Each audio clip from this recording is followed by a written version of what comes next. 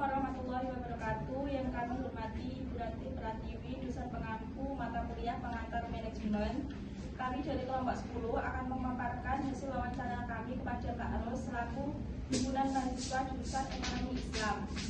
Perkenalkan, nama saya Najila Nabila, NIM 2210101159 dan rekan saya Maya Radiani, NIM 2210101114. Saya Nida Dwi Akmala, NIM 2210101168.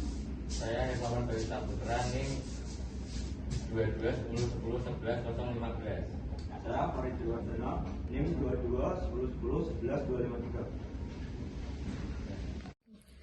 Oke, saya di sini sebagai moderator akan membacakan pertanyaan. Pertanyaan pertama akan dijawab oleh rekan saya Nida. Apa manfaat yang diperoleh dari kerjasama dalam sebuah organisasi? Baik, saya akan menjawab pertanyaan nomor 1, yaitu mengenai manfaat dari kerjasama dalam organisasi. Jadi, menurut Kak Ros, manfaat dari kerjasama dalam organisasi adalah dalam sebuah organisasi diperlukan kerjasama agar kegiatan yang kita rencanakan berjalan dengan lancar. Karena di dalam organisasi, jika tidak didasari kerjasama tidak akan efektif. Pertanyaan yang kedua akan dijawab oleh rekan saya Nida juga, yaitu sistem informasi apa saja yang termasuk dalam sekumpulan sistem informasi ekonomi Islam? Baik, saya akan menjawab pertanyaan nomor 2, yaitu mengenai sistem informasi apa saja yang termasuk dalam sekumpulan informasi EKIS. Jadi, menurut Kak Ros, sekumpulan informasi EKIS yaitu sistem informasi dari akademik, informasi seminar dari luar kampus. Pertanyaan yang ketiga akan dijawab oleh rekan saya Nida juga, yaitu jelaskan keterkaitan sistem informasi ekonomi Islam dengan teknologi informasi. Baik, saya akan menjawab pertanyaan nomor 3, yaitu jelaskan keterkaitan sistem informasi EKIS dengan teknologi informasi.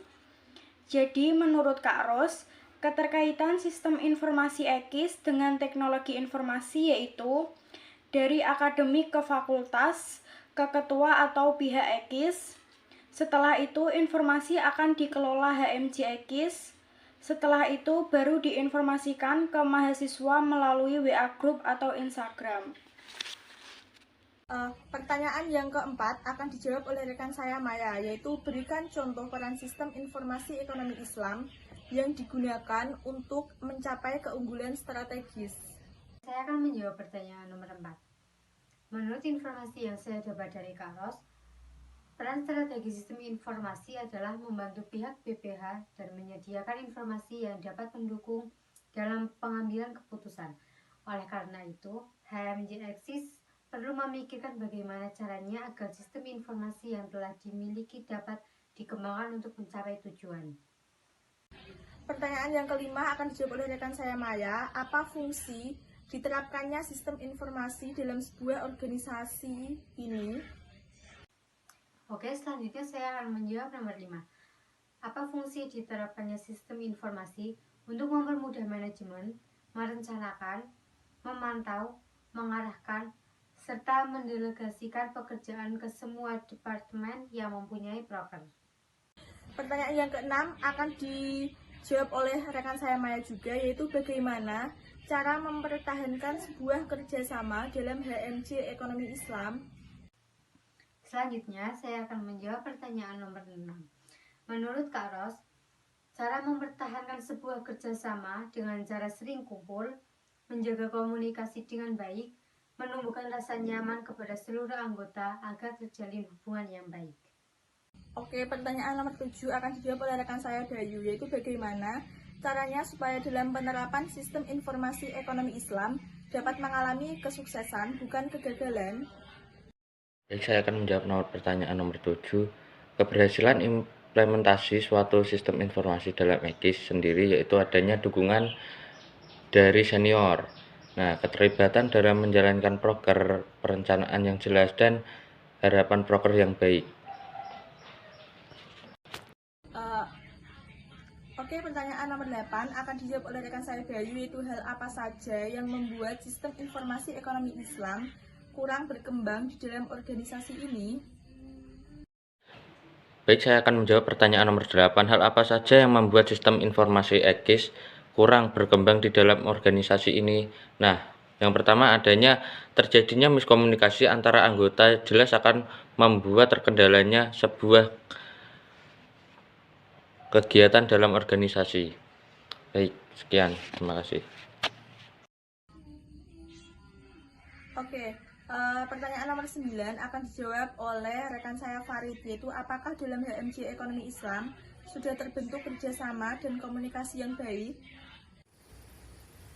Saya akan menjawab pertanyaan nomor 9. Apakah HMJ EKIS sudah terbentuk kerjasama dan komunikasi yang baik? Jadi menurut Kak Ros sudah, karena HMJ EKIS mengedepankan asas kekeluargaan. Oke, pertanyaan yang terakhir akan dijawab oleh rekan saya Farid, yaitu apa yang dilakukan ketika dalam sebuah acara terjadi miskomunikasi? Oke, saya akan menjawab pertanyaan nomor 10. Apa yang dilakukan ketika dalam sebuah acara terjadi miskomunikasi? Jadi, menurut Kak Ros, terjadinya miskomunikasi itu wajar, dan cara kita menanggapinya dengan menjadikan itu sebagai evaluasi untuk kedepannya. Sekian pemaparan wawancara dari kelompok kami, kurang lebihnya mohon maaf. Wassalamualaikum warahmatullahi wabarakatuh.